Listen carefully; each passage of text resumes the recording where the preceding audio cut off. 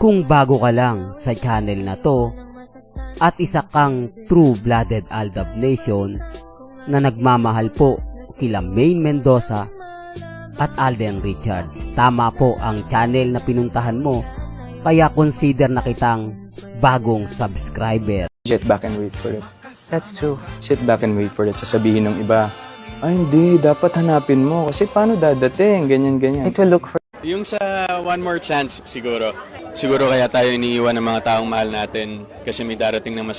Welcome back mga kaaldab. Ito na naman po ang inyong lingkod, si Mr. Destiny. At syempre panibagong update, panibagong video po tayo. Sabi ko nga po sa inyo, basta't nandito kayo sa channel ni Mr. Destiny, 101% updated po kayo. Bago natin pag-usapan ang video na yan, syempre ilang tulog na lang po, mapapanood na natin ang Love Siargao. Ito na naman si Mr. Destiny, pinopromote na naman si Alden Richards. Well, depende pa naman po sa inyo yan kung tatangkilikin nyo o hindi. Ako bilang Aldab Nation, di po ba basta pagdating kina Alden at kay Mengay, full support po tayo dyan.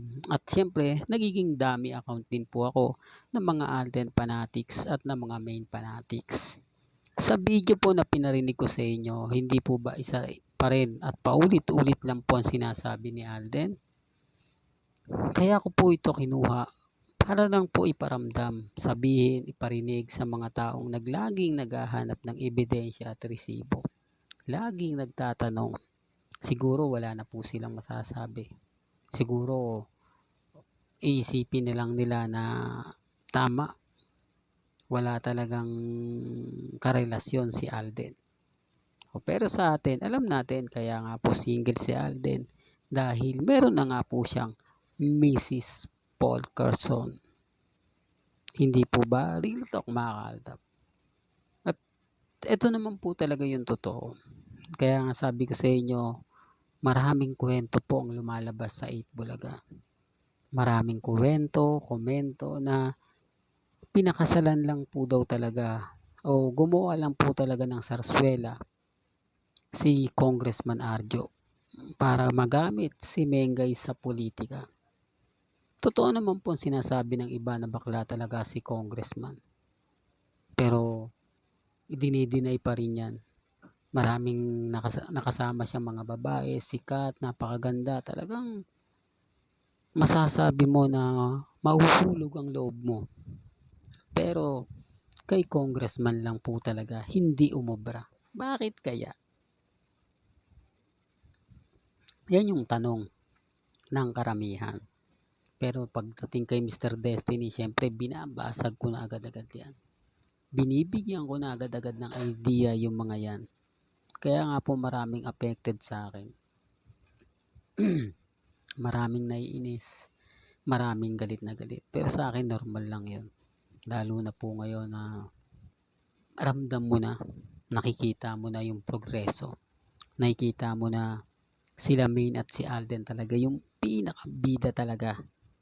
Antay-antay lang po kayo mga kaaldab. Matatapos din po yung sigalot. Magkakaalaman din po kung sino nga po ba talaga yung totoong karelasyon ni Alden Richards. Kasi bawat sabihin natin, ipaliwanag natin, talagang ayaw nila.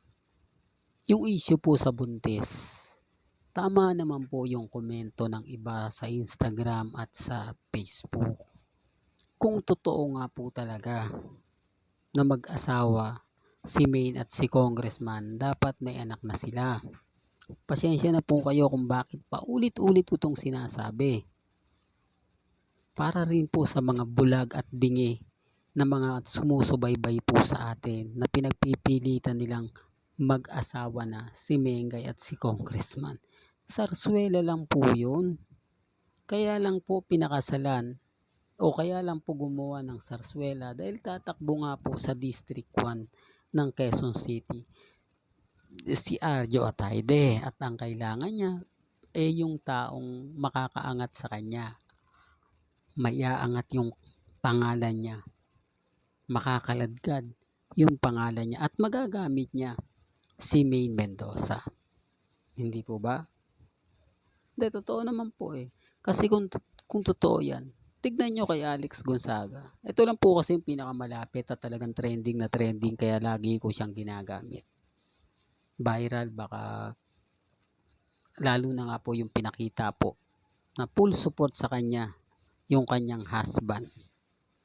Nakita po ba natin yan kay May? Hindi po. Nakita po natin yun kina Ria Ataide, Sanjo, Rambo, Ma Salvador at iba pong mga artista na pagkatapos mag-asawa ay nagkaroon na po ng anak. Samantalang sila wala pa. Pag tinanong mo, galit pa. Totoo naman po masakit nga na katotohanan. Pero yun po talaga yung pinaka rason. Kaya antayin nyo ngayon na may bagong trending po. Pinag-uusapan, pinagpepestahan after 7 years daw po na relasyon na magkasintahan. Abay naghiwalay na. O baka ganyan din kaya ang mangyari. Matulad. Hindi, kumbaga sabi ko nga po sa inyo, sarsuela lang po yan. Darating at darating din po yung point na magkakaalaman.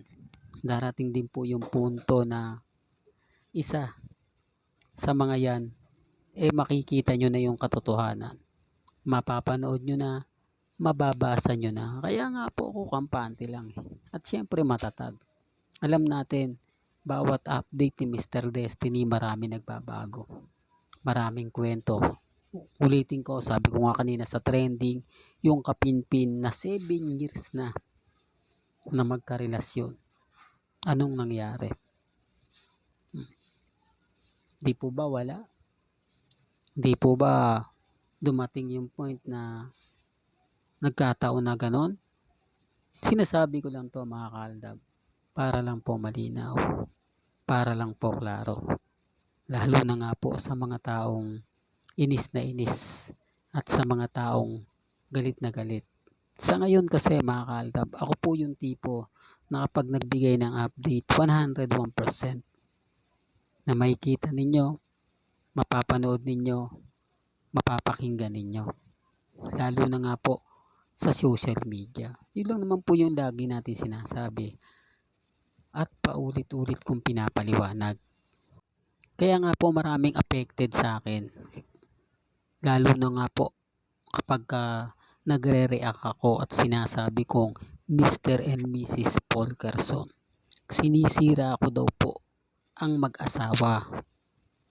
Kumbaga gumagawa lang daw po ako ng mga fake news. Pero ang tanong, ako lang po ba ang nagsasalita?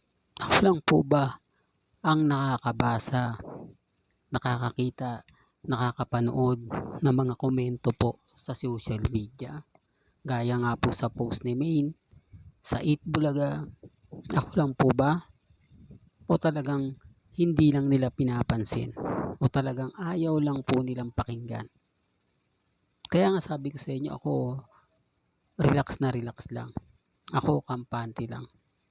Kaya yung mga taong naiinis at galit na galit, okay lang po yan mga mamis, mga titas, mga senyor. Basta ang importante lang po, maging updated kayo. Importante lang po, ano man po yung mga nababasa ninyo, napapakinggan ninyo, napapanood. Okay lang po yan. Hayaan nyo lang po. Hindi naman po magtatagal yan eh. Darating din po yung point natin na isa sa dalawa ang biglang magsalita. Malay nyo bukas sa makalawa, biglang magsalita si Richard Paul Carson. Magsalita si Maine Paul Carson. Hindi malabong mangyari yan mga kaaldab. Hindi imposibleng mangyari yan. Darating din yung point na aamin din po talaga ang dalawa. Hindi man bukas, hindi man sa makalawa, at least alam po natin. At least inaabangan na po natin. At yan po natin ibubuhos ang buong fandom ng Aldab Nation. Hanggang dito na lang po ang ating latest updates. Kaya kung gusto niyo pa po ng pinaka-latest at sariwang update, abay tumutok lang po kayo dito po sa channel ni Mr. Destiny para updated kayo sa mga bago at sa mga latest na i-upload po natin maya maya lang. Hanggang sa muli, salamat po sa panonood at pakikinig.